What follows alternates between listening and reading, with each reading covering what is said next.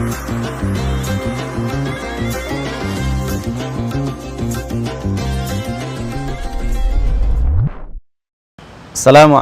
warahmatullahi wabarakatuh.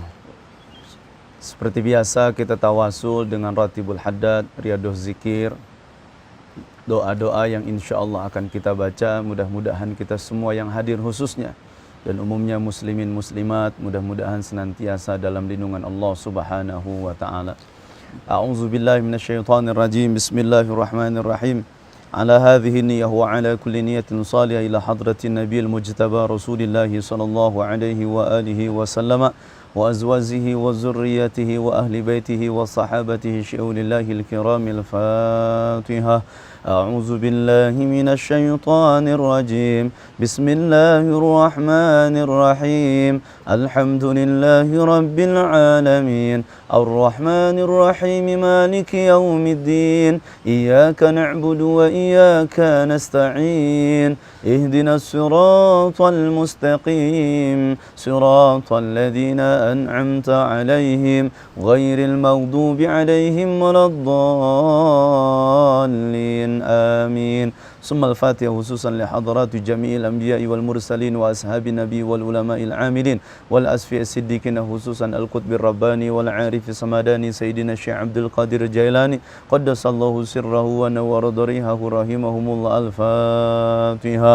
أعوذ بالله من الشيطان الرجيم. بسم الله الرحمن الرحيم. الحمد لله رب العالمين الرحمن الرحيم مالك يوم الدين إياك نعبد وإياك نستعين اهدنا الصراط المستقيم صراط الذين أنعمت عليهم غير المغضوب عليهم ولا الضالين آمين. توسلا وتبركا ببركات والكرامات والمعجزات راتب الحداد خصوصا لحضرات صاحب راتب الحداد الأستاذ البركة العارف بالله القطب القوس عبد الله بن علوي الحداد بعلوي أن الله يقدس روحه في الجنة وينور ضريحه ويعيد علينا من بركاته وأسراره وأنواره في الدين والدنيا والآخرة. الفاتحة.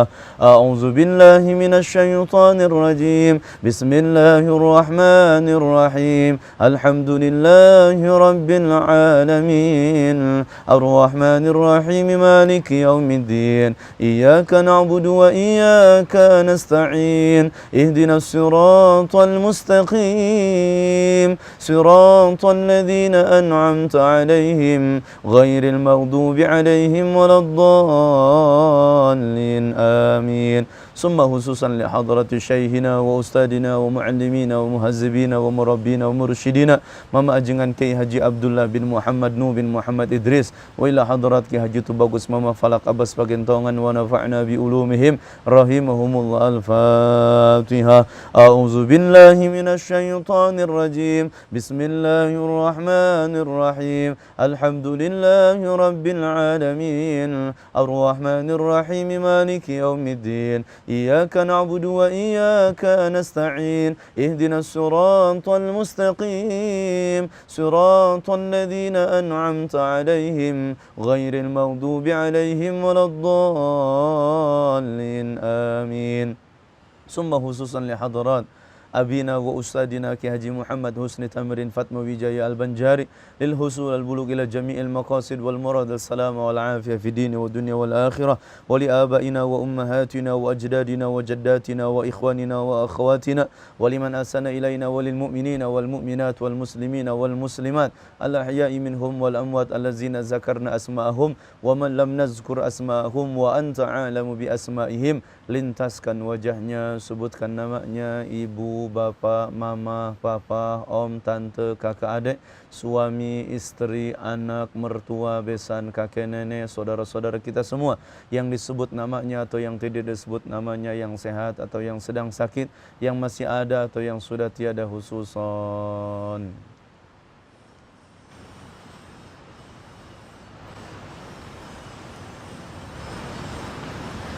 بسر الفاتحة. أعوذ بالله من الشيطان الرجيم. بسم الله الرحمن الرحيم. الحمد لله رب العالمين الرحمن الرحيم مالك يوم الدين إياك نعبد وإياك نستعين اهدنا الصراط المستقيم صراط الذين أنعمت عليهم غير المغضوب عليهم ولا الضالين آمين. بسم الله الرحمن الرحيم ألف لام ميم ذلك الكتاب لا ريب فيه هدى للمتقين الذين يؤمنون بالغيب ويقيمون الصلاة ومما رزقناهم ينفقون والذين يؤمنون بما أنزل إليك وما أنزل من قبلك وبالآخرة هم يوقنون أولئك على هدى من ربهم وأولئك هم المفلحون إن الذين كفروا سواء عليهم أنذرتهم أم لم تنذرهم لا يؤمنون ختم الله على قلوبهم وعلى سمعهم وعلى أبصارهم غشاوة ولهم عذاب عظيم ومن الناس من يقول آمنا بالله وباليوم الآخر وما هم بمؤمنين يخادعون الله والذين آمنوا وما يخدعون إلا أنفسهم وما يشعرون في قلوبهم مرض فزادهم الله مرضا ولهم عذاب أليم بما كانوا يكذبون إن الله لا يستحيي أن يضرب مثلا ما بعودة فما فوقها فأما الذين آمنوا فيعلمون أنه الحق من ربهم وأما الذين كفروا فيقولون ماذا أراد الله بهذا مثلا يضل به كثيرا ويهدي به كثيرا وما يضل به إلا الفاسقين الله لا إله إلا هو الحي القيوم لا تأخذه سنة ولا نوم له ما في السماوات وما في الأرض من ذا الذي يشفع عنده إلا بإذنه يعلم ما بين أيديهم وما خلفهم ولا يحيطون بشيء من علمه إلا بما شاء وسع كرسيه السماوات والأرض ولا يؤوده حفظهما وهو العلي العظيم لا إكراه في الدين قد تبين الرشد من الغي فمن يكفر بالطاغوت ويؤمن بالله فقد استمسك بالعروة الوثقى لا انفصام لها والله سميع عليم الله ولي الذين آمنوا يخرجهم من الظلمات إلى النور والذين كفروا أولياءهم الطاغوت يخرجونهم من النور إلى الظلمات أولئك أصحاب النار هم فيها خالدون لله ما في السماوات وما في الأرض وإن تبدوا ما في أنفسكم أو تخفوه يحاسبكم به الله فيغفر لمن يشاء ويعذب من يشاء والله على كل شيء قدير آمن الرسول بما أنزل إليه من ربه والمؤمنون كل آمن بالله وملائكته وكتبه ورسله لا نفرق بين أحد من رسله وقالوا سمعنا وأطعنا غفرانك ربنا وإليك المصير قدير لا يكلف الله نفسا إلا وسعها لها ما كسبت وعليها ما اكتسبت ربنا لا تؤاخذنا إن نسينا أو أخطأنا ربنا ولا تحمل علينا إصرا كما حملته على الذين من قبلنا ربنا ولا تحملنا ما لا طاقة لنا به واعف عنا واغفر لنا وارحمنا واعف عنا واغفر لنا وارحمنا واعف عنا واغفر لنا وارحمنا أنت مولانا فانصرنا على القوم الكافرين لا إله إلا الله وحده لا شريك له له الملك وله الحمد ويميت وهو على كل شيء قدير لا إله إلا الله وحده لا شريك له له الملك وله الحمد يحيي ويميت وهو على كل شيء قدير لا إله إلا الله وحده لا شريك له له الملك وله الحمد يحيي ويميت وهو على كل شيء قدير سبحان الله والحمد لله ولا إله إلا الله والله أكبر سبحان الله والحمد لله ولا إله إلا الله والله أكبر سبحان الله والحمد لله ولا إله إلا الله والله أكبر سبحان الله وبحمده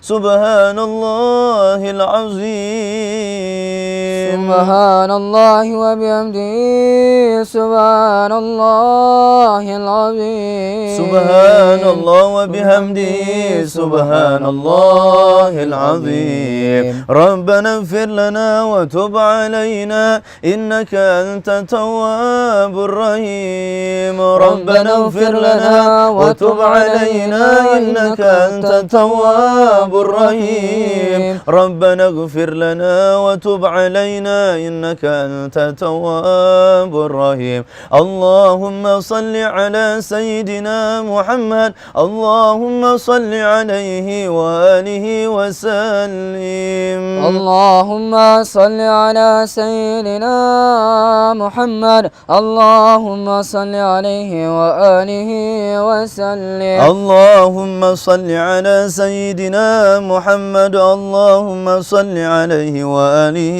وسلم أعوذ بكلمة الله التامات من شر ما خلق أعوذ بكلمة الله التامات من شر ما خلق أعوذ بكلمة الله التامات من شر ما خلق بسم الله الذي لا يضر مع اسمه شيء في الأرض ولا في السماء وهو السميع العليم بسم الله الذي لا يضر مع اسمه شيء في الأرض ولا في السماء وهو السميع العليم بسم الله الذي لا يضر مع اسمه شيء في الأرض ولا في السماء وهو السميع العليم رضينا بالله ربا وبالإسلام دينا وبمحمد نبيا رضينا بالله ربا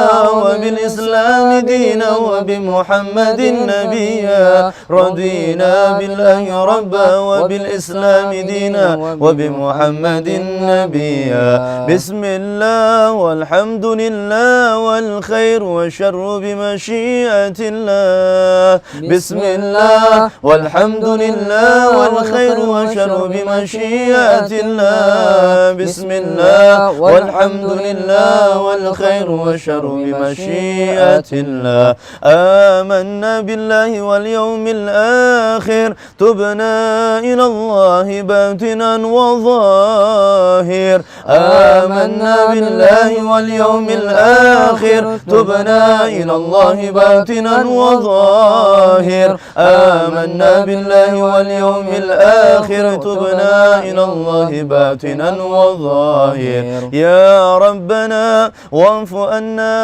وامه الذي كان منا يا ذا الجلال والإكرام أمتنا على دين الإسلام يا ربنا واعف عنا وامه الذي كان منا يا ذا الجلال والإكرام أمس على دين الإسلام يا ربنا واعف عنا وامه الذي كان منا يا ذا الجلال والإكرام أمس على دين الإسلام يا ربنا واعف عنا وامه الذي كان منا يا ذا الجلال والإكرام مثنى على دين الإسلام يا ربنا واعف عنا وامه الذي كان منا يا ذا الجلال والإكرام مثنى على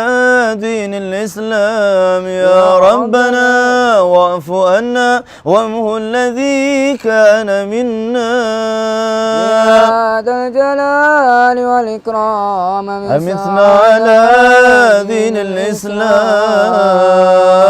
يا قوي يا متين اكفي شر الظالمين يا قوي يا متين اكفي شر الظالمين يا قوي يا متين اكفي شر الظالمين أصلح الله أمور المسلمين صرف الله شر المؤذين أصلح الله أمور المسلمين صرف الله شر المؤذين أصلح الله أمور المسلمين صرف الله شر المؤذين يا علي يا كبير يا عليم يا قدير يا سميع يا بصير يا لطيف يا خبير يا علي يا كبير يا عليم يا قدير يا سميع يا بصير يا لطيف يا خبير يا علي يا كبير يا عليم يا قدير يا سميع يا بصير يا لطيف يا خبير يا فارج الهم يا كاشف الغم يا من لعبده يغفر ويرحم يا فارج الهم يا كاشف الغم يا من لعبده يغفر ويرحم يا فارج الهم يا كاشف الغم يا من لعبده